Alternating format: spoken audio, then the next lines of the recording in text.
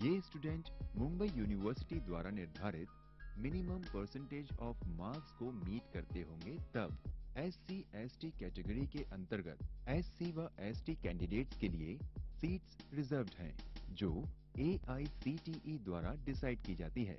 अब हम बात करते हैं M.Pharm के एडमिशन के लिए उन कैंडिडेट्स के बारे में जिन्हें निर्धारित परसेंटेज की जरूरत नहीं है।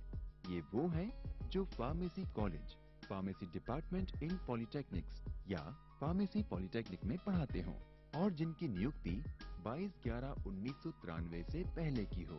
इसी के साथ हम आपसे विदा लेते हैं, लेकिन हमारी principal KM Kundnani college of pharmacy की चर्चा अभी जारी है।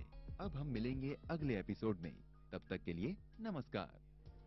इसमें भारत सरकार की ओर से कोई फाइनेंशियल असिस्टेंस बिजनेस डेवलपमेंट के लिए फार्मास्यूटिकल कोर्स किए हुए बच्चों को मिलता है या नहीं? हमारा तो गवर्नमेंट एडेड कॉलेज है, तो अंडर ग्रेजुएट के लिए हमारा director of technical education Maharashtra government के साथ हमारा वो एडेड कॉलेज है, ग्रांट मिलती है। रिसर्च एंड डेवलपमेंट के लिए हमारा B.Pharm कोर्स एक्रेडिटेड है, तो बहुत सारी ग्रांट सेंट्रल से भी मिलती है, MHRD से, like AICT, UGC, department of science and technology, बहुत सारे प्रोजेक्ट्स मिलते हैं। और हमारा 13 फैकल्टी मेंबर जिनके पास डॉक्टरेट डिग्री है, बहुत अच्छा काम कर रही है रिसर्च में with funding from central agency. ये तो शिक्षा के लिए फंडिंग हो गई जो आपने कहा। मैंने ये कहा ये शिक्षा पूरी करने के बाद अगर फार्मास्यूटिकल कॉलेज से निकले हुए विद्यार्थी अगर उद्योग जगत में कुछ करना चाहते हैं तो उसको भारत सरकार से या महाराष्ट्र सरकार से कोई मदद मिलती है आर्थिक? ये तो फिलहाल उनका डिपार्टमेंट जो है महाराष्ट्र गवर्नमेंट का स्मॉल स्केल इंडस्ट्रीज का, उससे शायद कुछ मदद मिलती होगी, बट डायरेक्टली सेंट्रल गवर्नमेंट से शायद इतना अभी तक तो मिलती नहीं है।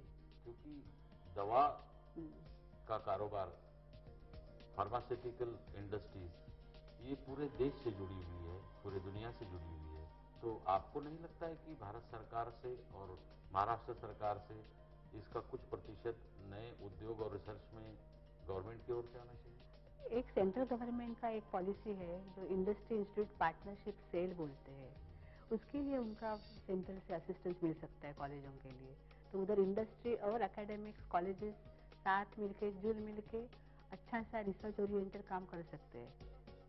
मैं कॉलेज, इंस्टीट्यूट और इंडस्ट्री की न बात करते हुए मैं एक इंडिविजुअल की बात कर रहा हूं। जैसे आप यहाँ की स्टूडेंट हैं, पास होकर चली गई, तो इस जगत में फार्मास्यूटिकल इंडस्ट्री अगर शुरू करना है तो अर्थ सहाय की क्या क्या प्रॉब्लम आ सकती है या इंडिविजुअल कैसे शुरू कर सकता है? क्या आप इस पर कोई बात कर सकते हैं? एंटरप्रेन्योरशिप डेवलपमेंट जो बोलते हैं वो बहुत कॉम्प्लेक्स इश्यू है।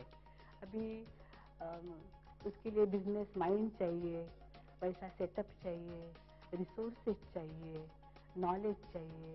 तो कई बच्चों लोग ये जो फील्ड एडप्ट करते हैं और ऑप्ट करते हैं, पहले थोड़ा बहुत इंडस्ट्री में काम करते हैं, उनका भी कभी इंडस्ट्री होता है, खुद का भी प्रोफेशन होता है, लेकिन वो चाहते हैं कि पहला थोड़ा नॉलेज अक्वायर कर दे, थोड़ा एक्सपीरियंस अक्वायर कर दे, तो वो फील्ड में जाके आसानी से काम कर सकते हैं। मैं आपके वाइस प्रिंसिपल साहब से बात कर रहा था, उन्होंने मुझे बताया कि हमारे कॉलेज में पूरे कोर्स के दौरान सारी शिक्षाएं उनको दी जाती है, इस बिजनेस से जुड़ी हुई सारी बातें बताई जाती है, वोकेशनल कोर्स दिए जाते हैं। तो फिर उनको क्या प्रॉब्लम आ सकती है अपना इंडिपेंडेंट बिजनेस ना स्टार्ट कर सकते? अभी बिजनेस के हिसाब से अभी ड्रग स्टोर तो जल्दी से स्टार्ट कर सकते हैं, बिकॉज ड्रग स्टोर मैनेजमेंट ही हमारे कोर्स करिकुलम में इंक्लूड किया हुआ है। लेकिन एक बड़ा इंडस्ट्री चालू करने के लिए उसको तो बहुत रिसोर्सेज की जरूरत होती है। तो मेरे हिसाब से जो नॉलेज पढ़ाई में 4 साल में वो लोग अक्वायर करते हैं वो ले लो, फिर बाद में इंडस्ट्री का जानकारी उधर एक्चुअल काम करना बहुत जरूरी है। तो फर्स्ट हैंड इन्फॉर्मेशन जो जॉब के टाइम पे मिलती है वो बहुत ही जरूरी है, अदरवाइज कभी उनको समझ में नहीं आता है उसमें क्या क्या दिक्कतें हो सकती है, किस तरीके से काम करना चाहिए। तो देखा आपने, लेकिन अभी भी बहुत कुछ बाकी है KM Kundnani college of pharmacy के बारे में बताने के लिए। कल फिर से बात करेंगे इस कॉलेज के बारे में इसी सेगमेंट में, देखना ना भूलें।